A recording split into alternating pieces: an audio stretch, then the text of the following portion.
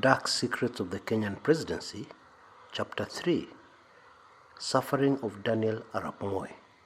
Daniel Arap Moi was the man who took over power from Kenyatta, and to the surprise of many, ended up ruling for 24 years, much longer than Kenyatta, and faced with many more serious challenges than his predecessor.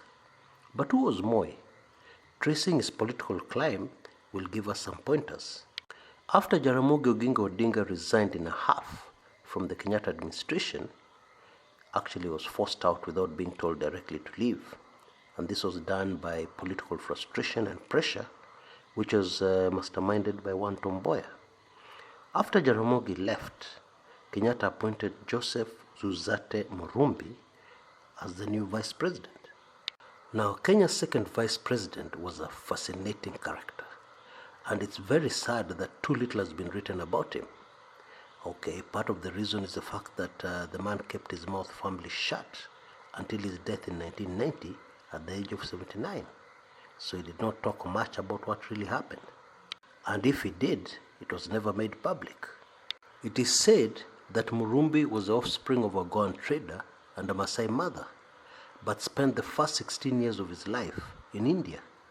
After that, he traveled the world extensively, and at one time worked in London as press and tourist officer at the Moroccan embassy. Mystery has always surrounded Murumbi's sudden resignation on August 31, 1966, after serving as VP for only 15 months. The truth is that it had a lot to do with disillusionment for one who had very high ideals when they gave themselves to serving their beloved motherland. To understand the whole scenario better, picture a typical Kenyan today in the diaspora who gets a chance to get involved in the politics of the homeland. And this is after years of working and living abroad. Naturally, that kind of person is bound to be extremely patriotic and eager to do good for their country. They are also likely to be very idealistic in their approach to things. Now, you can begin to understand the disillusionment Murumbi must have encountered as VP to a president who, together with equally bloodthirsty, selfish individuals surrounding him, were amassing land and wealth like there was no tomorrow. But the final straw for Murumbi was probably the discovery, years after it had happened, that his close friend Pio Gama Pinto had been murdered by the Kiambu Mafia, and that he was actually partly responsible for that death. And he was responsible by confidently calling him out of hiding, as we have seen in an earlier chapter of this book. Lawyer Feroz Norji agrees, and he says, the assassination of Pinto illustrated to Murumbi the shocking extent to which the new government had departed from its promises. His feeling, evidently, was that these were not the values for which so many had suffered, and from then on, his departure was effectively only a matter of time. End of quote. Now, Pinto was assassinated on February 25, 1965, and Murumbi was not yet VP at the time. So what is meant here is that Murumbi was already disillusioned with the Kenyatta government before his appointment as VP, and probably thought that he would change things as the second in command. It is also possible that Murumbi would not have known for sure who ordered the hit on Pinto until he had served several months as vice president, where he was bound to come across a lot more privileged information than an ordinary minister would ordinarily have access to. Now, of course, Pinto was a cabinet minister before his appointment as vice president. And so after Murumbi, Daniel Arap Moi was appointed in late 1966. How the Moi appointment was decided is rather fascinating and well worth revealing here. Then powerful AG, Attorney General Charles Njonjo, was traveling in the presidential limousine with President Kenyatta somewhere close to Nakuru. Njonjo was making suggestions of possible VPs, and Kenyatta was dismissing them one by one. Names like Tom Mboya rolled off Njonjo's lips, but it was obvious why such a person would never be appointed.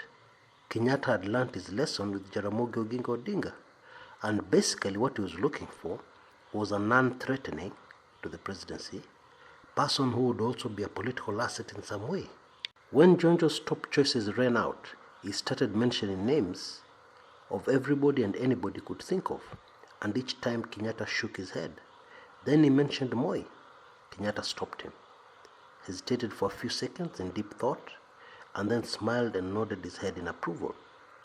In the months and years to follow, Moi helped Kenyatta to settle many Kikuyus in the Rift Valley amongst its Kalenjin community, after their prime land in Central Province had been taken over by Kenyatta and his close associates. So in that respect, he was a great asset to Kenyatta in planting the seeds of the terrible tribal bloody clashes that were to come later and long after Jomo Kenyatta's death. But being VP was not a bed of roses for Moi. Far from it. Indeed, several times he even complained to Kenyatta, and he complained about the harassment he was suffering in the hands of the dreaded Kiambu Mafia. Kenyatta did nothing. There were even times when Moi would lead a Kenyan delegation to some conference abroad, but end up being totally ignored at best, and at worst, taking orders from others in the delegation who were in reality much more powerful than he was. Like Dr. Njoroge Mungai, for instance, who was a foreign affairs minister for many years. But the frustration did not stop there, and in fact, it extended to personal abuse. In one very humiliating incident, Moi returned from a foreign trip to be cornered by James Mungai, who was then Assistant Commissioner of Police in charge of Rift Valley Province, and he was based in Nakuru, where Kenyatta spent most of his time. Mungai is said to have been related to Kenyatta, and as a result, wielded enormous clout despite merely being the top cop in charge of Rift Valley Province. It is said that Mungai told Moi that he suspected that he had come back into the country with guns to overthrow Kenyatta. And so, he subjected Moi to the kind of search that only prison inmates have to go through. What that means is that somebody is stripped naked, and the place down there where inmates hide all kinds of stuff is searched thoroughly. It is said that Moi felt that this was too much and complained directly to Kenyatta. Kenyatta answered by asking a question. Who is the minister in charge of police? At that time, of course, Moi had the Home Affairs docket, and the police was under that ministry. It is instructive that later, Moi himself transferred the police to the office of the president. That's when he took over power. Anyway, Moi replied to Kenyatta's question that he was the minister in charge of the police. And that was the end of that conversation. Moi went through many other intensely humiliating experiences as VP. To his credit, he weathered the storm and managed to remain humble and persevering. And although he came very close to resigning on one or two occasions, he held on to the post until Kenyatta's death on August 22, 1978.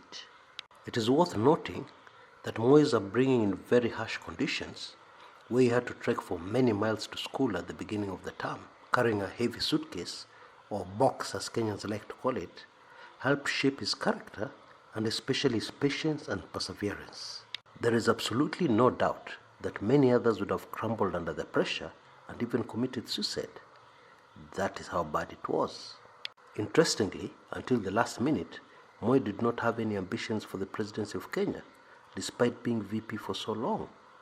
In fact, one of the compelling factors that convinced him to hold on to the post, with the suffering that went with it, was the fact that he knew too much, and it was clear that the Kiambu Mafia would not be comfortable with him out of government and still alive, considering how much he knew. It was very likely that on his resignation from government, he would have either died or just disappeared without trace, as was the norm in those early years. I am personally convinced that there was divine intervention in Moi's survival and ascension to the presidency. Sample the following. There was a paramilitary group formed called the Ngoroko. This unit was set up after the change the constitution bid by the Kiambu Mafia failed.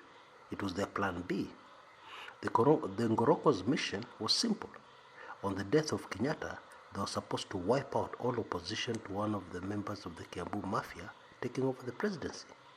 It was obvious that on Kenyatta's death, orders would be relayed to the paramilitary group through Mbiu Koinange, who was always at the president's side as a key member of the Kiambu Mafia. Koinange was a minister of state in the office of the president. Now, on the night that Kenyatta died in Mombasa, Koinange was away in business in Nairobi. He had flown out that very evening. And that was the very first time he was not at the president's side in almost 15 years. Still, word leaked out somehow that Kenyatta was dead, and roadblocks were set up near Nakuru because it was known that Moi was at his farm in Kabarak. It was critical that Moi got back to Nairobi to summon a cabinet meeting and for AG Charles Njonjo to ensure that the constitution was followed to the letter in transferring power temporarily to the vice president. Moi abandoned his official car and instead was bundled into the boot of a very old Peugeot 404 that he usually used to use around the farm.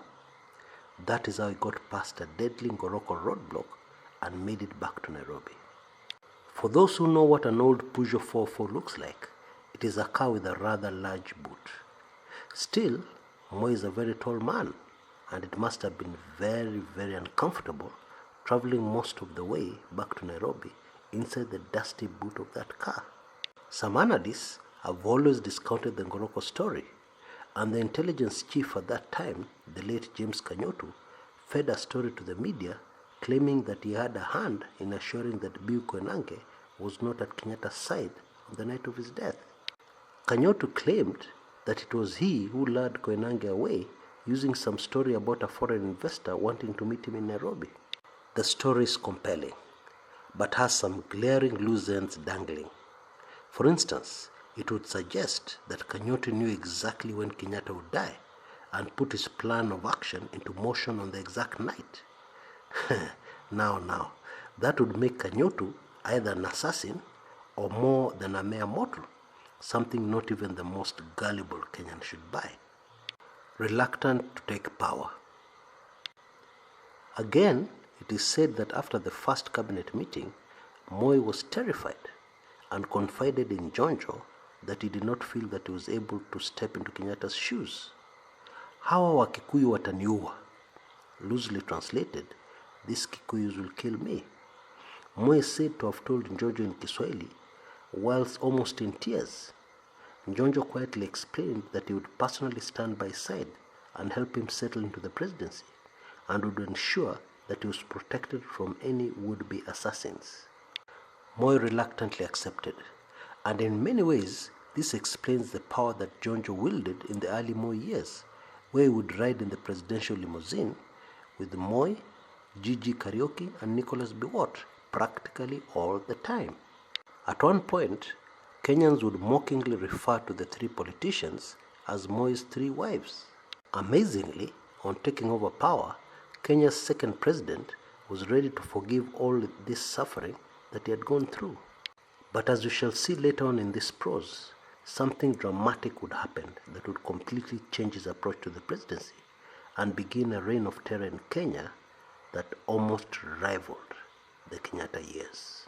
The very first cabinet meeting after Kenyatta's death, which was held on August 22, 1978, was a very fascinating affair, to say the least.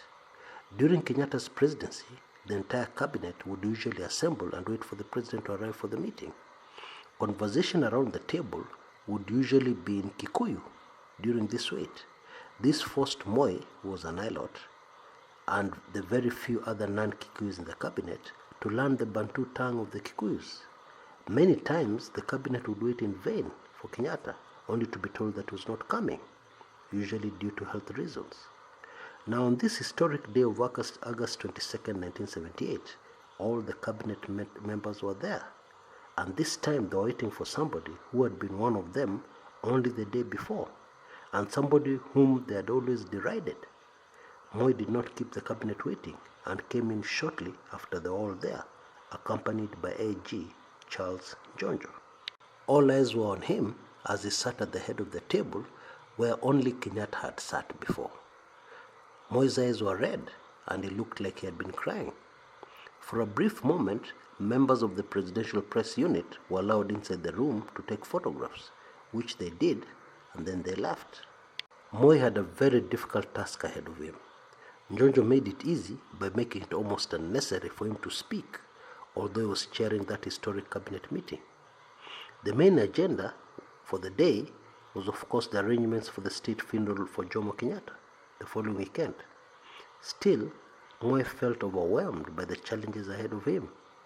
The constitution at the time stated that in the event of the death of the president, the vice president would take over for a period of 90 days, 3 months, pending elections for a new president. 3 months is a long time, and Moi must have had his uncertainties over ever retaining the presidency. More so if you take into consideration the curious incident with Njonjo which I've just recounted, where he declared in tears that he was incapable of taking over the presidency, that he felt very threatened by the Kiambu Mafia. Hao Wakikuyu wataniua was what he had said. Now, during that first cabinet meeting with him as president, it is said that Moi avoided eye contact with most of those seated in the cabinet room with him. Amongst them were people who had plotted his murder only a few hours earlier to ensure that he would never rise to the presidency. The two men he must have feared most on that table that day were Dr. Njoroge Mungai and Biu Koinange. Interestingly, the plotting of most political murders was associated with the former, who was often referred to by his fellow Kiambu Mafia colleagues as Mr. Fix-It. Biu Koinange, grandfather to Jeff Koinange, a prominent media personality, was the most feared and respected member of the Kiambu Mafia, more so because of his closeness to the old man. Both were very powerful and influential members of Kenyatta's inner circle, with plenty of blood on their hands. And both had no doubt thought about this day many, many times over the years. But not in their wildest dreams or even nightmares did they ever imagine that Daniel Arap Moi would be seated at the head of the table in Kenyatta's usual chair in the cabinet room, chairing a meeting as acting president of the Republic of Kenya. If truth is to be told, Moi's fears were not unfounded. It is widely believed that both men were intimately linked to the hit on Tom Mboya in July 1969. Some sources even claim that the two went behind Kenyatta's back and ordered it. They further claimed that Kenyatta was livid after he found out, but there was nothing he could do about it. This is highly unlikely to be true. As we have already seen earlier in this book, it is highly unlikely that a hit as significant as Mboya's would have been executed without Kenyatta's personal nod. Still, the two individuals were said to be very ambitious and determined that the presidency should fall into their hands on Kenyatta's death. At one point, Njoroge Mungai is even said to have bluntly asked Kenyatta to name him as his successor. As Moi sat quietly officiating over his very first cabinet meeting, the foreign press was speculating that the real matata, political chaos and violence, would promptly start after Kenyatta's funeral. And when the presidential elections were announced, it was expected that a member of the Kiambu Mafia would vie for the presidency against Moi. Others remembered Jaramogi Oginga Odinga, who was also known to be very interested in the presidency. Indeed, Odinga had turned up to view Kenyatta's body at State House, and with cameras from the local and international press rolling, he had proceeded to utter many words in Doluo over the body while waving his fly whisk. Those who did not understand the language speculated that he was thanking the gods for the death of a man he had lifted to the presidency, only for him to be later dumped by the same ungrateful man. For these reasons, there was a lot of tension in the country at the time. Very few would have guessed that at the end there would be no election because nobody would oppose Moi, and he was confirmed as the second president of Kenya. So the obvious question here is, where did all the pretenders to the throne disappear to? It is not clear exactly what happened, but an interesting meeting of the Kiambu Mafia shortly after Kenyatta's death, attended by Kamba politician Paul Ngei, may give us a few pointers. It is reported that most members of the Kiambu Mafia at the meeting felt that Moi was not a threat, and there was no hurry for them to make a move because he was simply a passing cloud. Paul Ngei strongly disagreed with them and told them that the presidency was a very powerful seat, and if they allowed Moi to be president even for a couple of weeks, they would never be able to remove him. It is not clear what Ngei was suggesting that the Kiambu Mafia do to remove Moi immediately, because whatever it was, it would have been unconstitutional, Note that the Kiambu Mafia were not known for ignoring the constitution in their quest for the presidency. Anyway, to the Kiambu Mafia at the time, anybody else as an interim president would have been a threat, but surely not Moi of all people. The man who had succumbed to so much humiliation, including a searching of his very private parts by a mere assistant commissioner of police when he was VP. The guy did not even speak English too well. And this is what had forced some members of the Kenyatta's inner circle to take over proceedings and leadership of delegations from him during those foreign trips. To stop him shaming Kenya, they claimed. They had been ashamed of Moi. Moi did not even look intelligent at all, and some felt that Kenya was being painted in a bad picture with such a man as vice president and leader of the Kenyan delegation.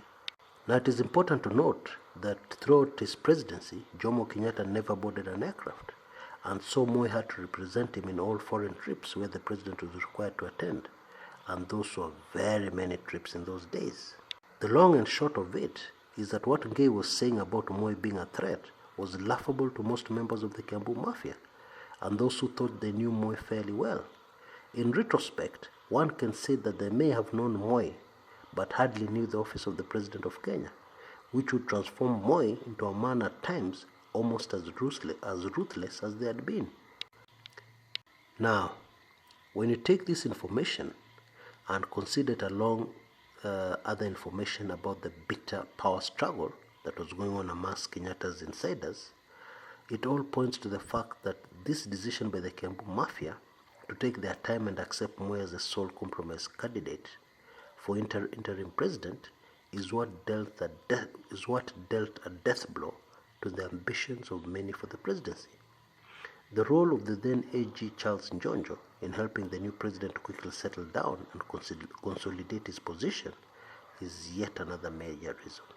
In the end, Paul Ngei's words were to prove to be very prophetic indeed. In this context, it is now very easy to understand why so many political analysts divide the Moi presidency very neatly into two. Just like his predecessor, Moi started with very high ideals and was very determined to make a difference. Admittedly, Moi's honeymoon lasted a lot longer than Kenyatta's. It lasted a whole 3 years, as opposed to the few months Kenyatta had before he started having nightmares of him and his family being executed in some firing squad after a successful coup in Kenya. And as we shall see later in this narrative, this is exactly the same thing that happened to Moi, only that in his case, he would have to face a real coup to have a complete change of heart. Moi's early years as a pussyfoot president. What is the difference between a novel and a movie? Well, a novel tells or narrates and a movie shows. This is why a boring movie is the one where there's too much narrative telling and too little showing. A great movie is where you know the characters by what you see them doing. I dare add that an exciting book or novel is one that shows in narrative rather than just telling. Basically, you understand the story much better from seeing. This is why making silent movies without sound is an ideal way to train a budding filmmaker. In this regard, the following eyewitness account of an incident involving President Daniel Arap Moi somewhere in Machakos in 1979 is worth recounting here because it shows a lot.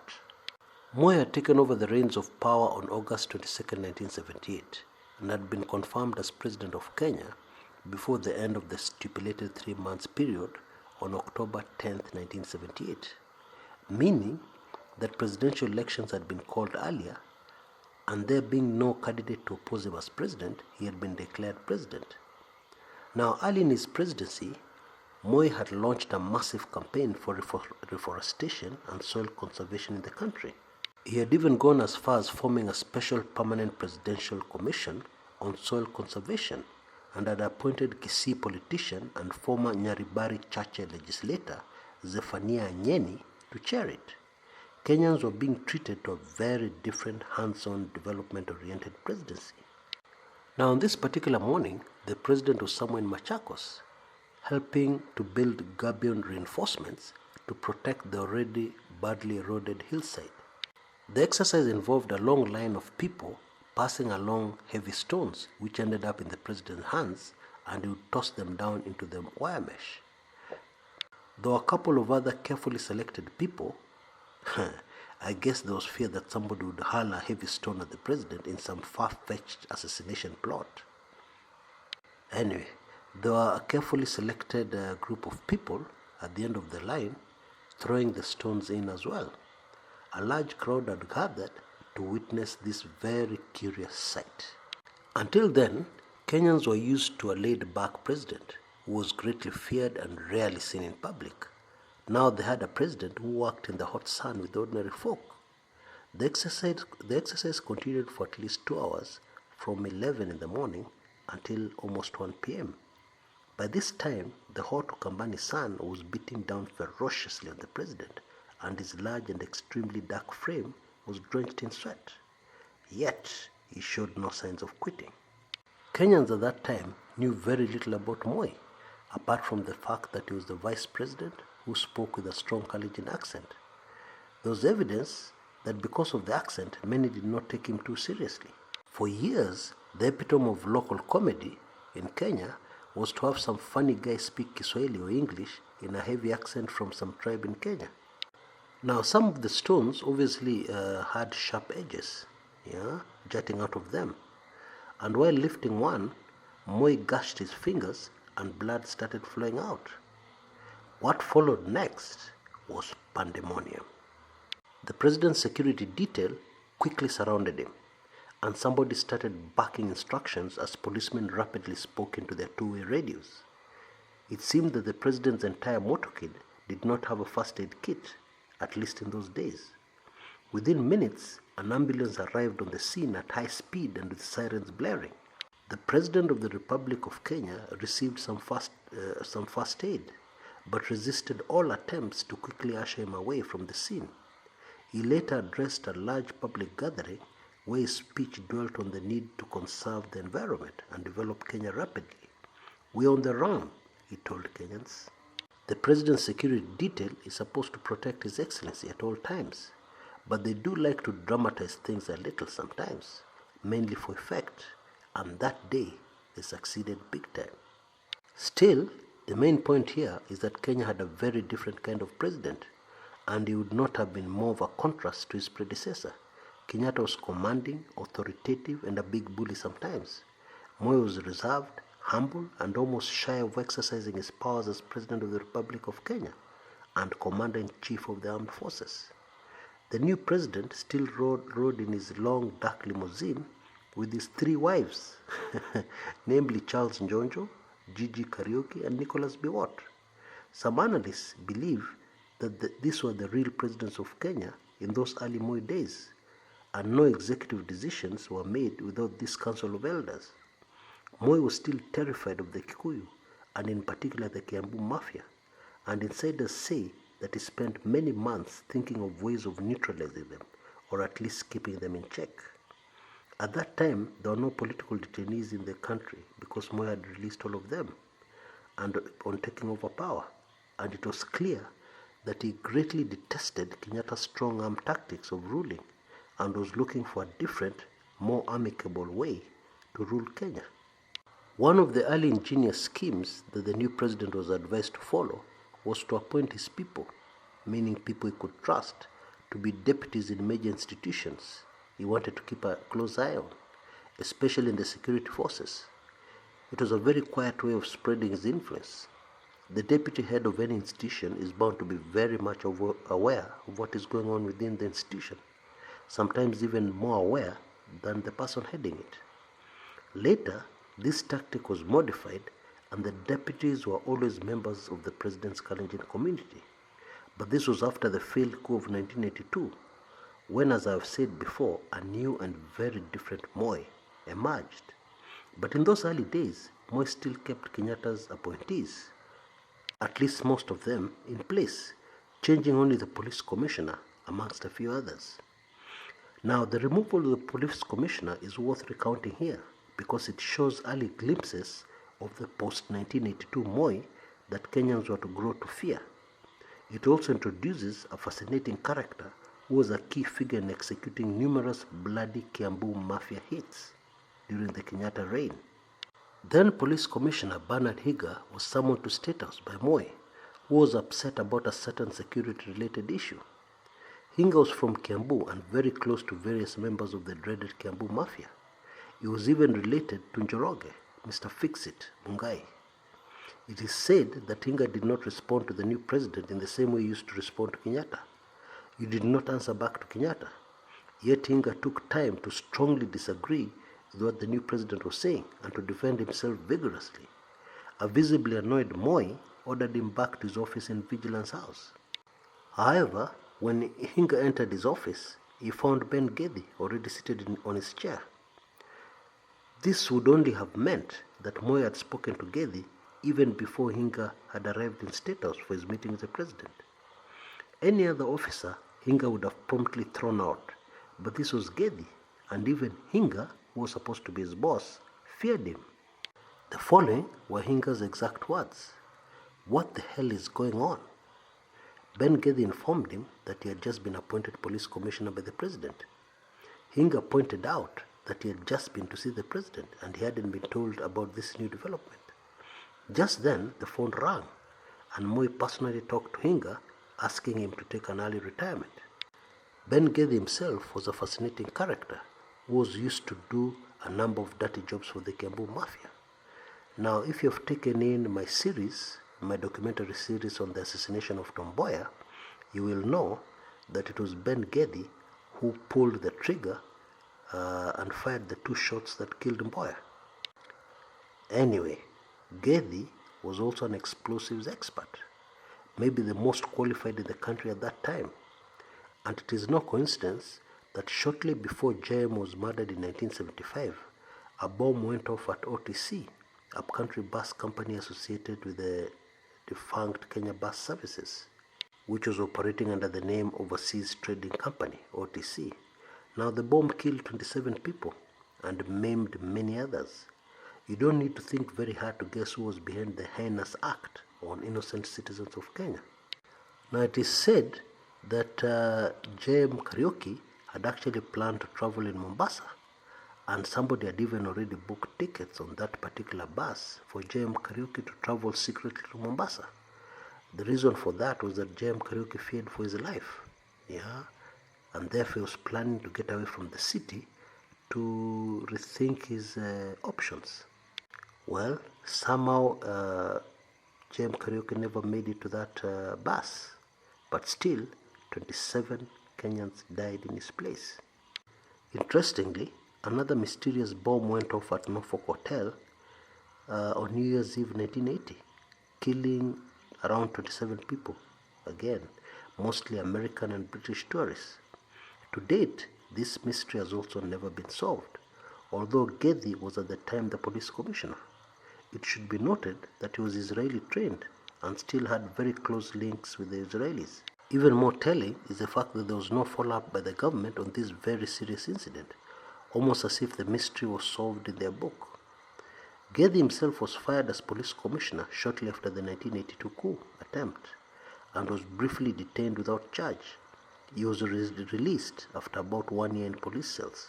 Shortly before Ben Gedhi's sacking, Raila Odinga says in his biography that he burst into the cells where Raila and others were being held, looking drunk and eating roasted goat leg. He interrogated Raila, and his colleagues and supervisors as GSU officers assaulted them with kicks and blows. Ben Gedhi was quite a character. He would sit at a corner of some crowded bar, drinking alone for hours on end. It was usually a stiff whiskey drink. He hardly talked, and it was clear that the man was being haunted by many ghosts from his past. Indeed, many African cultures firmly believe that if you shed too much innocent blood, there is no way you can avoid being haunted by the spirits of those you have murdered. If this is true, then it explains Gedhi's strange behavior and character. Gedhi died in 1994 from some illness.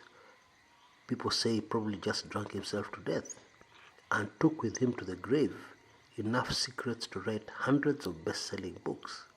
This includes inside details of the planning and execution of the mission that assassinated Tom Mboya.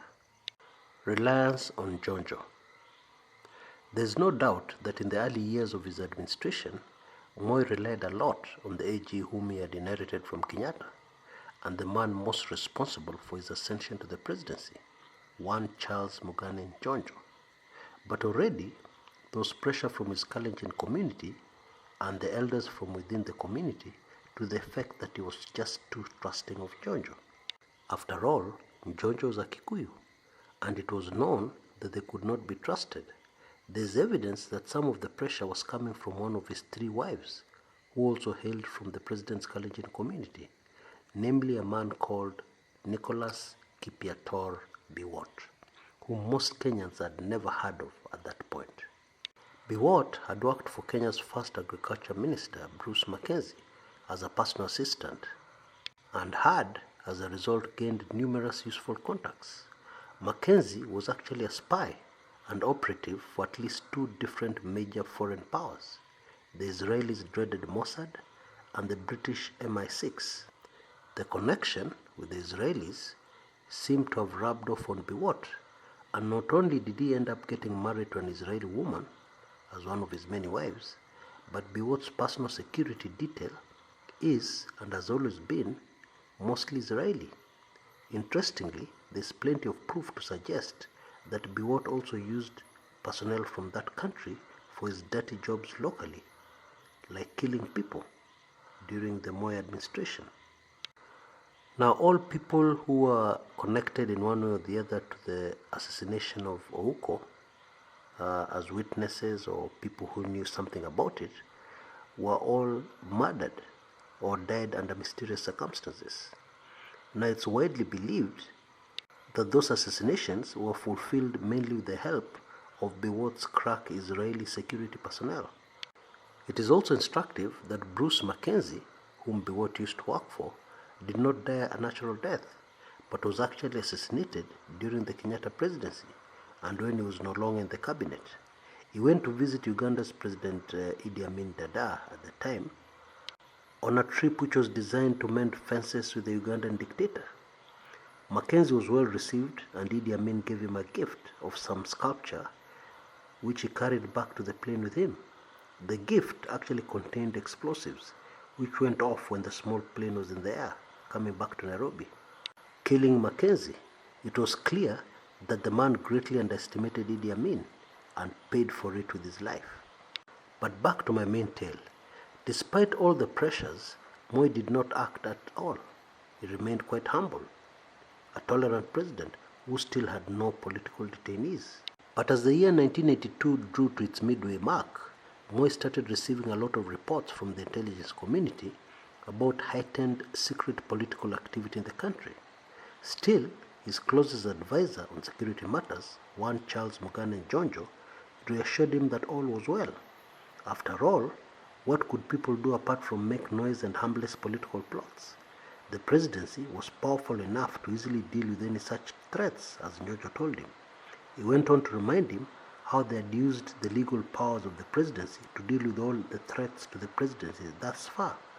And so Moi ignored his Kalenjin king, and some people say even his own instincts.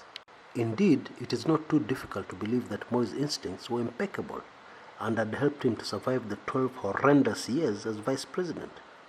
If there's something about Moi's character that few can argue about, then it is his ability to survive by sensing bad things that are coming in good time. And so it is safe to assume that his instincts must have been screaming at him that a storm was brewing in the horizon, a storm that would seek to take his life, and in any event, one that would cause a lot of Kenyan blood to be spilled. Now, in the next chapter, we'll deal with the event that changed Moi forever. Okay? The coup attempt in August 1982. Don't miss it.